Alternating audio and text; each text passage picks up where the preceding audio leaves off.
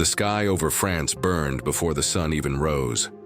Thousands of ships and planes stretched across the horizon, carrying the hopes, fears, and futures of a world at war. In a single morning, 156,000 men would face the impossible. Storming the beaches of Normandy under a rain of fire, steel, and blood, this was the day that would decide whether freedom lived or died. But how did they plan it? How did they survive it? And what really happened on the day the world would call the longest day? Stay until the end, because the truth is far more human, far more terrifying, and far more heroic than any history book can capture. The sky hung low and gray over the English Channel. Waves rolled like restless giants beneath a fleet of steel. On the decks, young soldiers clutched rifles, letters from home, and the faint hope that they would survive. It was June 6, 1944. The largest amphibious invasion in history was about to begin. 7,000 ships, 11,000 aircraft, and over 156,000 Allied troops moving toward Nazi-occupied France. It was a gamble that could end the war, or destroy the Allied army in a single morning. By 1943, Hitler's forces dominated almost all of Europe. France was occupied, Britain isolated, the Soviet Union bleeding in the east. To win, the Allies had to open a Western front, a direct invasion of Europe. The plan, known as Operation Overlord, required precision, courage, and coordination across nations, seas, and skies. The biggest enemy wasn't just the German army, it was surprise itself. If Hitler guessed where they'd land, the invasion would fail before it began. So the Allies built a masterpiece of deception. Operation Bodyguard, fake armies of wooden tanks, dummy aircraft, and phantom radio chatter, convinced German intelligence that the invasion would strike Calais. General George S. Patton was deployed as bait to command the Phantom Army. Hitler believed it. Panzer divisions moved away from Normandy, weakening the defenses that would face the real invasion. Even with the odds tilted, victory was far from guaranteed. Storms raged across the Channel. Waves towered 10 feet high. Visibility was almost zero. The invasion was delayed. But just after midnight on June 5th, Eisenhower looked out at the restless sea, took a steadying breath, and said 3 words that history would never forget. "Let's go." Before dawn, the sky above France shimmered with parachutes. Thousands of airborne soldiers from the 82nd and 101st Divisions descended behind enemy lines. Their mission: seize bridges, cut roads, slow reinforcements. But strong winds scattered men miles off course. Some drowned in flooded marshes. Others landed directly into German fire. Many units were reduced to a handful of survivors. And yet, they fought.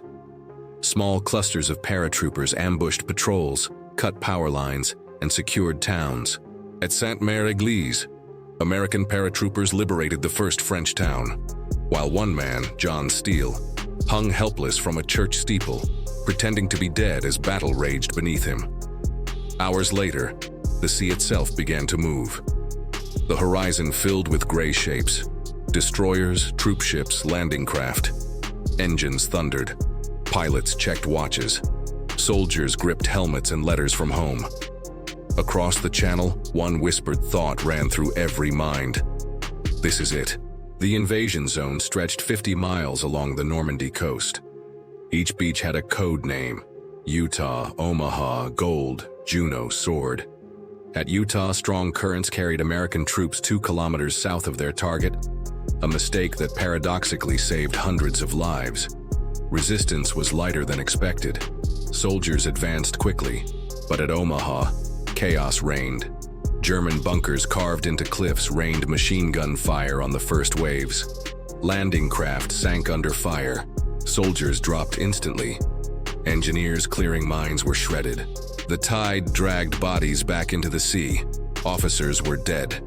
Radios jammed. Commanders had no idea who survived. It seemed the invasion was collapsing before it began. And yet, small clusters of men clawed forward, bayonets and grenades in hand. Inch by inch, they climbed the cliffs. By noon, bunkers fell, and Omaha Beach was secured, at the cost of 2,400 lives. Those who survived called it hell on earth. To the east, British and Canadian forces fought on Gold, Juno, and Sword. At Juno, Canadians stormed inland faster than anyone expected, despite heavy artillery fire.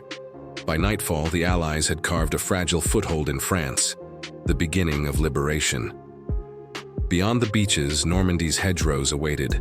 Thick earth walls, narrow lanes, and forests were perfect ambush points. Snipers, tanks, and artillery turned every field into a death trap. Villages like Caen, Carentan, and Saint-Lô were leveled.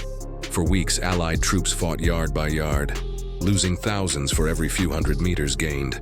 Yet slowly, relentlessly, the tide turned. Allied bombers struck supply lines.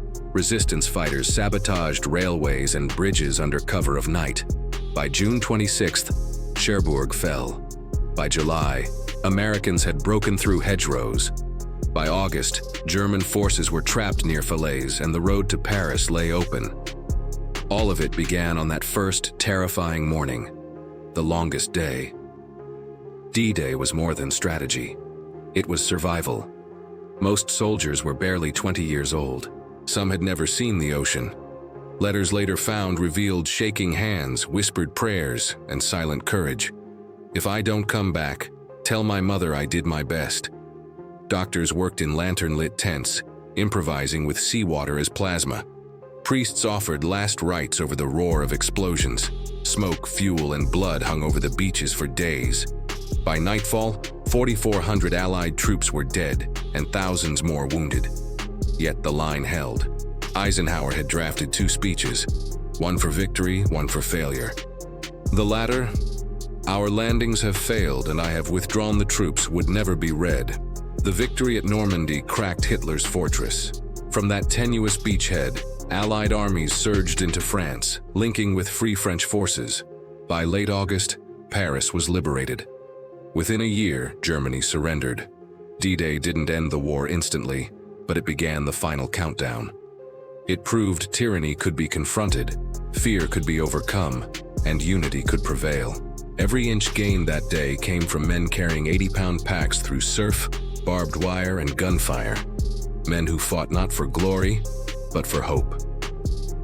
The longest day was not just a phrase. German Field Marshal Erwin Rommel called it that while preparing defenses. Allied soldiers used the same words after surviving. Hours stretched into eternity. Every minute was life or death. Night finally fell. Survivors stared at the horizon, too numb to cheer, too exhausted to cry. War correspondent Cornelius Ryan immortalized it in his book, The Longest Day. For those who lived it, the day never ended. It replayed in dreams, in scars, in silence at dinner tables decades later. Before D-Day, the world teetered on the edge of darkness. After it, light began to return. The invasion marked the beginning of the end for Nazi Germany and the rebirth of Europe. Standing on those beaches today, it's almost impossible to imagine the roar, fear, and courage that once filled the air. Seagulls circle where bombers once flew. Waves wash over rusted tanks. But beneath the calm lies the memory of 1,000 acts of bravery. Medics running through gunfire, engineers clearing mines with bare hands, sailors never reaching shore. D-Day was not just a battle, it was the moment humanity refused to surrender. June 6, 1944 was not just a day, it was forever. The sea ran red, the sky turned black, and the future of freedom was decided by men history barely remembers. And that is why it will always be called the longest day. If this story moved you, honor their courage by hitting like to make sure more people remember what they fought for. Subscribe for more true stories that changed history, one unforgettable moment at a time. And in the comments, tell us, which hidden chapter of World War II should we bring to life next?